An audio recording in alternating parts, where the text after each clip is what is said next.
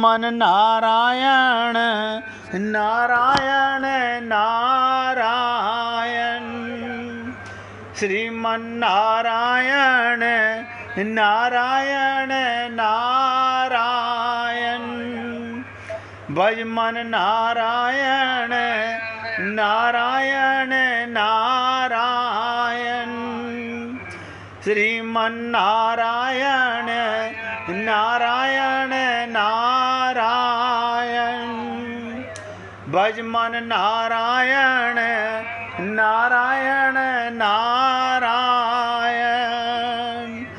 श्रीमन नारायण नारायण नारायण, भज मन नारायण नारायण नारायण, श्रीमन नारायण नारायण नारायण, भज मन नारायण नारायण नारायण।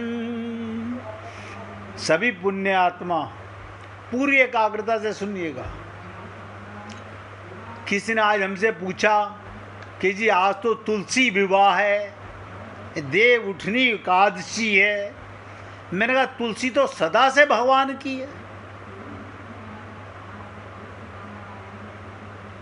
तुम तुलसी जैसे बनो ना, भगवान से अपना विवाह करो ना।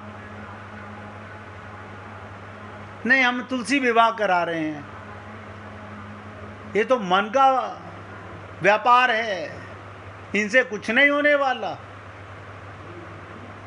कैसा भ्रम हम लोगों ने पाल लिया। हाँ ठीक है, उत्सव मना रहे हो, लेकिन जानो तो सही इसका मतलब क्या है कि जिसके लिए भगवान खुद शालिग्राम बन जाते हैं। आप सोचिए, हर आत्मा का तो सदा से परमात्मा से विवाह है, सदा से। हमारे परम पति कौन? भगवान। लेकिन आप और हम लोग उस भ्रम को समझ ही नहीं पा रहे। अब ये बात सबने समझ ली होगी, जैसे शरीर में रक्त होता है ऐसे ही मन में भी एक रक्त होता है, उसे कहते हैं राग, अपनापन। मन माया का, तो मन में राग किसका होगा? माया का। अब ये बाहर निकले तभी तो वैराग्य का, तभी तो आत्मज्ञान होगा। राग का कहकर पुकारते हैं तो सच्चे सत्संग की पहचान ये कि वो राग को कम कर दे, हमें विरक्त बना दे। विरक्त का मतलब, अब यहाँ संसार में जैसे राम आए,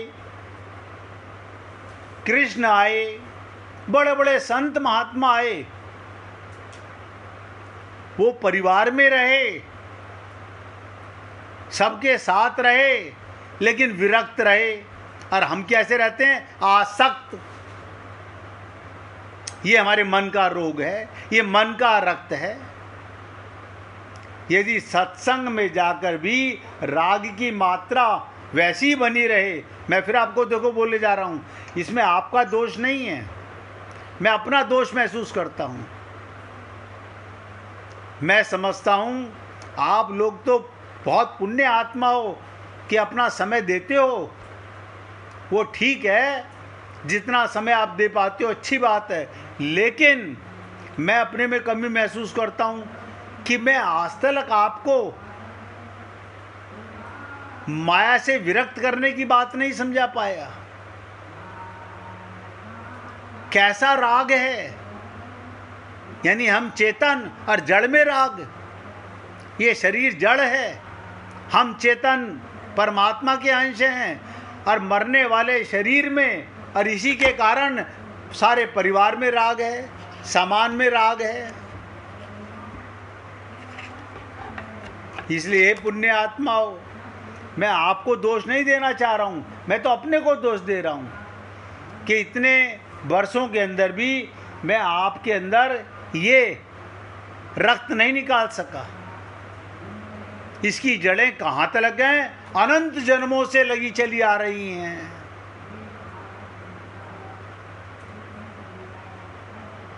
तो आप समझ लीजिएगा, अगर हम सत्संग में जाकर भी राग की मात्रा वैसी ही बनी रहे, वही ममता, वही मोह, वही आसक्ति, तब तो कहना होगा मुक्का रावण की पीठ वाला लगा,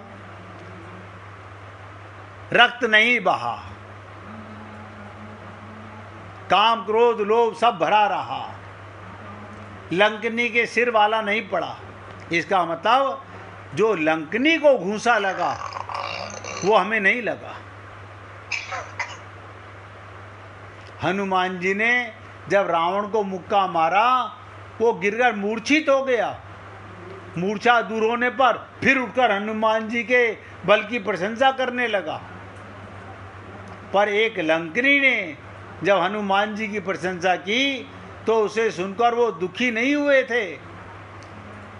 वहाँ रावण की प्रशंसा सुनकर वो दुखी हो जाते हैं। जब रावण ने हनुमान जी की तारीफ की तो हनुमान जी को बहुत बुरा लगा।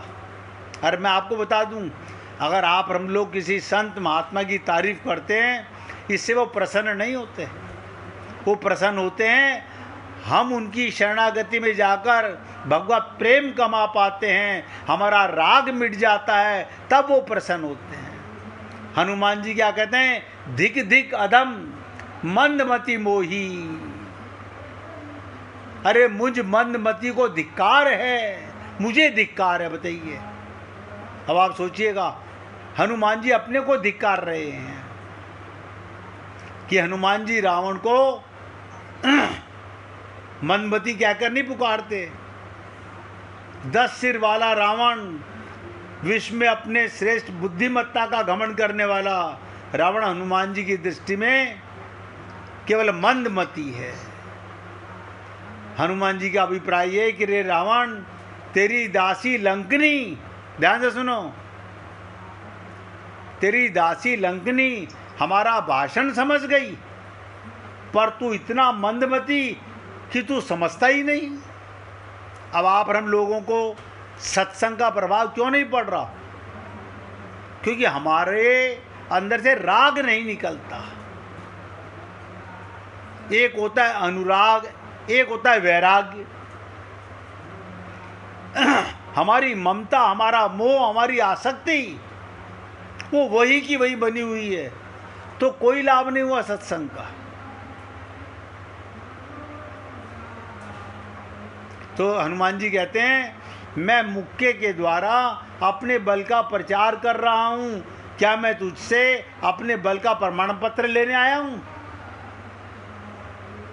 जब हनुमान जी के मुक्के के प्रहार से रावण मूर्छित हो गया था, तो उसके मन में एक नन्ही सी आशा जगी थी कि रावण शायद सोचे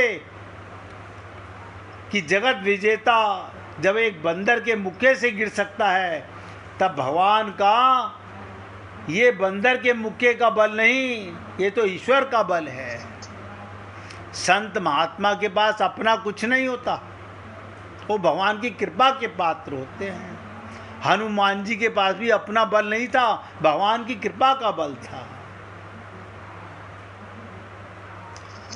जो बंदर के मुक्के के माध्यम से रावण सोचता मुझे लगा है, और ऐसा सोचकर शायद उसके जीवन में भक्ति का, प्रेम का उन्मेष हो जाए। अपनी त्रुटि पर उसके मुख से भी ये रक्त निकल जाता, राग निकल जाता, अहंकार निकल जाता, अभिमान निकल जाता। अब आप सोचिए, लंकनी ज्यादा श्रेष्ठ रही। मुक्का लंकनी को भी लगा और मुक्का रावण को भी लगा। रावण में अहंकार इतना था, वो कहता था मैंने सारे विश्व को जीता हुआ है, ये बंदर मुझे क्या सुधारेगा। और लंकनी को याद आ गई। आप हम लोग रोज सत्संग सुनते हैं, हमें संत महात्माओं की बात याद नहीं आती। इस देह में हरी मिलत है, हम समझते हैं, हम तो लोग पता नहीं क्यों कहते हैं इस देह में हरि मिलत है, हम तो रोज भगवान से मिलते हैं। कौन से भगवान से? कौन से भगवान से मिलते हो? नित्य प्राप्त परमात्मा से मिलते हो या अपने भावना के भगवान से मिलते हो? आज प्रश्न है आपके सामने, कोई सोच के बता दे। नित्य प्राप्त परमात्मा से मिलते हो या भावना के भगवान से मिलते हो? मंदिर में जितनी मूर्तियां हैं वो भगवान हैं, 100% हैं, लेकिन वो तो भावना के भगवान हैं।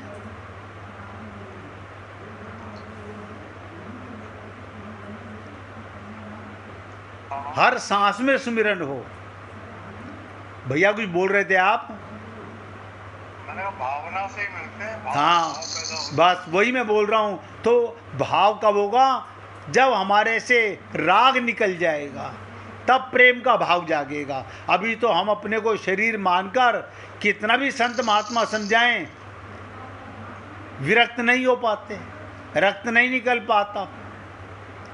और गाते क्या हैं? आशा एक राम जी से, दूजी आशा छोड़ दे। लेकिन कहाँ छोड़ते हैं? इसलिए हे पुण्य आत्माओं, विरक्त हो सकता है आदमी हैं गृहस्थी में विरक्त ना। बहुत बहुत सुंदर कहा भैया आपने बहुत सुंदर कहा। विरक्त का मतलब क्या होता है? आपने बहुत सुंदर प्रश्न पूछा। मैं चाहता हूँ कि आप में से कोई भी, देखिए आज हमारे बड़े भाई ने पूछा क्या गृहस्थ में विरक्त होता है? गृहस्थ तो परीक्षा का केंद्र है। जब हम परीक्षा के केंद्र में जाते हैं, हमारा ध्यान बाहर किसी की बारात निकल रही हो वहाँ नहीं लगता, अपने पेपर में लगता है। और भगवान क्या कहते हैं? तस्मात् सर्वेषु कालेषु माम सुमरन युद्ध च। आप किसी के शोक सभा में जाइए या किसी की शादी में जाइए, लेकिन हर पल हर क्षण आपका ध्यान मुझ में रहे। तस्मात् सर्वेषु कालेषु माम सुमरन। हनुमान जी, राम का ध्यान आपने सुना होगा, प्रभु मुद्रिका मेली मुख माई। उनमें अपना बल नहीं है। ये भवसागर पार जाना, देह के अभिमान को पार करना हमारे में ताकत नहीं है, ये भगवान की कृपा का बल है। अपना बल जब तक व्यक्ति बड़े इस्तेमाल करेगा तब तक बार बार गिरेगा। और ये जो बात पूछी कि परिवार में रह के विरक्त कैसे होगा? परिवार में व्यवहार करना होगा। अब देखो बता देता हूँ, राम लीला कर रहे हैं, शंकर भगवान समझा रहे हैं अपनी पत्नी सती को, अरे मूर्ख, जो तू देख रही है ये पेड़ों को पकड़ के रो रहे हैं, ये लता पुष्पों से पूछ रहे हैं कि मेरी पत्नी खो गई, उसे किसने देखा। शंकर भगवान दूर से नमन कर रहे हैं और सती जाके राम की परीक्षा ले रही है। राम तो सदा विरक्त थे, वशिष्ठ जी जानते थे, विश्वामित्र जानते थे, लेकिन दशरथ नहीं जान सके। इसलिए हमें भी क्या करना है? लीला करनी है। परिवार में रहना है, एक्टिंग प्रेम की करनी है, लेकिन अंदर से सबसे प्रेम करो, उनमें परमात्मा देख के प्रेम करो। राग बुरा नहीं है, लेकिन राग हमारा क्या राग है? बहुत ध्यान से सुनो। हम मानते हैं मेरा ये बेटा है, अगर उसको हम प्रेम करें भगवान का मानकर तो वो प्रेम ज़्यादा अच्छा है। अपना खून मान के प्रेम करते हैं तो वो राग रक्त के समान है। इसलिए हे पुण्य आत्माओं, छोटी छोटी बातें हैं जीवन के अंदर। परिवार में रहना तो बहुत बड़ी बात है, लेकिन विरक्त होना, लीला करना, सबसे व्यवहार करना, जैसे कहते हैं ना, रेजिग्नेशन लेटर लिख के परमात्मा किसे अपने लोक में ले जाएगा? जिसका यहाँ राग नहीं रहेगा। अगर यहाँ राग रहेगा तो भगवान कहते हैं अंत मति सो गति। मैं क्या करूं? तुम्हारा यहाँ राग था, मैं तुम्हें फिर संसार में ले आया। तुम विरक्त हो जाते तो मैं तुम्हें अपने साथ ले जाता। तो हे पुण्य आत्माओं, हनुमान जी को अपने ऊपर गुस्सा आया कि देखो रावण की सेविका लंकनी जाग गई, रावण नहीं जाग सका।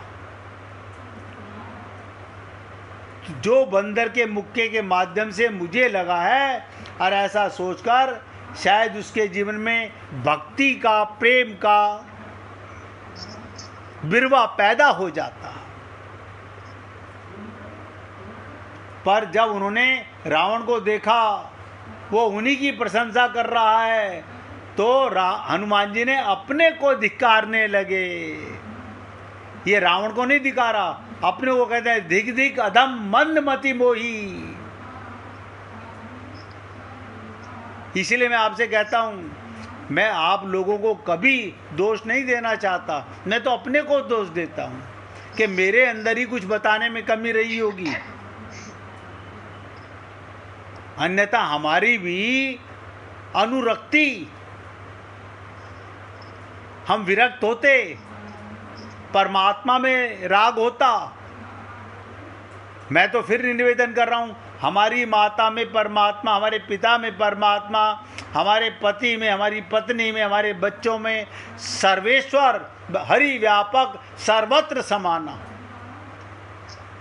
ये भगवान का परिवार है। हम अपना मानते हैं, ये पाप है। पर जब उन्होंने रावण को देखा उन्हीं की प्रशंसा कर रहा है, तो हनुमान जी ने अपने को धिक्कारने लगे कि मैं रावण के अंतःकरण में ईश्वर के प्रति आस्था उत्पन्न नहीं कर सका। ऐसे ही संत महात्मा बहुत बार अपने आप को धिक्कारते हैं और भगवान से प्रार्थना करते हैं कि हे प्रभु, अगर आपने मुझे ये सेवा का मौका दिया है। देखिएगा, एक व्यक्ति प्याऊ पर बैठकर पानी पिलाए और आपकी प्यास ना बुझे, तो वो कहता मेरा बेकार है बैठना, कि प्रभु जब मैं इनकी प्यास बुझा ही नहीं पा रहा तो इसका मतलब मेरे में कोई कमी है। मैं तो आपसे निवेदन कर रहा हूँ, हनुमान जी के शब्द बता रहा हूँ, हनुमान जी अपने को धिक्कार रहे हैं कि मैं रावण के अंतःकरण में ईश्वर के प्रति आस्था उत्पन्न नहीं कर सका, ममता मोह आसक्ति नहीं मिटा सका। वो अपने को धिक्कारने के साथ साथ रावण को भी धिक्कारते हैं कि तू इतना मंदमती है कि बंदर का मुक्का देखता रह गया, ईश्वर का मुक्का तो तुझे दिखाई भी नहीं पड़ा। क्या कहते हैं हनुमान जी, तुझे बंदर का मुक्का दिखाई तो पड़ा, ईश्वर का मुक्का तुझे दिखाई नहीं पड़ा। हनुमान जी आत्मविज्ञापन या आत्म प्रचार के लिए लंका नहीं गए थे, वो तो अपनी हर क्रिया के द्वारा यही चाहते थे रावण के अंतःकरण में किसी प्रकार ईश्वर की महिमा का भाव पैदा हो जाए। अभी हनुमान जी कौन है, रावण कौन है, बहुत ध्यान से सुनो। हनुमान जी हैं रावण के गुरु, वो शंकर भगवान हैं और रावण उनका शिष्य है। हर गुरु चाहता है अपने शिष्य की अज्ञानता को मिटाना। वो चाहते थे कि मेरी हर क्रिया के द्वारा कि रावण के अंतःकरण में किसी प्रकार ईश्वर की महिमा का भाव पैदा हो जाए, और जब वो इसमें विफल मनोरथ होते हैं तो स्वयं को अधम अधम धिक्कारने लगते हैं कि मेरे मुक्के की सार्थकता, मेरे सत्संग का इस पर कोई असर नहीं पड़ा। जब रावण अभी भी जीवित बच गया, यानी इसके अंदर अभी भी अहंकार बचा रहा, इसका अर्थ ये कि सच्चा संत जब देखता है इतने सत्संग के बाद भी सामने वाला जो का त्यों बना हुआ है, उसमें कोई परिवर्तन नहीं हुआ, तो वो बस प्रशंसा करता हुआ लौट रहा है, वाह वाह कर रहा है, बढ़िया तारीफ कर रहा है, क्या बढ़िया प्रवचन सुना, तो संत दुखी हो जाता है। हे पुण्य आत्माओं, मैं तो आप लोगों से निवेदन कर रहा हूँ, जागो, होश में आओ ये सत्संग लंकनी बता रही है कि सारा वैभव सुख सुविधाएं एक तुला पर रख लो, स्वर्ग अपवर्ग जितने भी हैं, लेकिन सत्संग का मुकाबला कोई सुख नहीं कर सकता।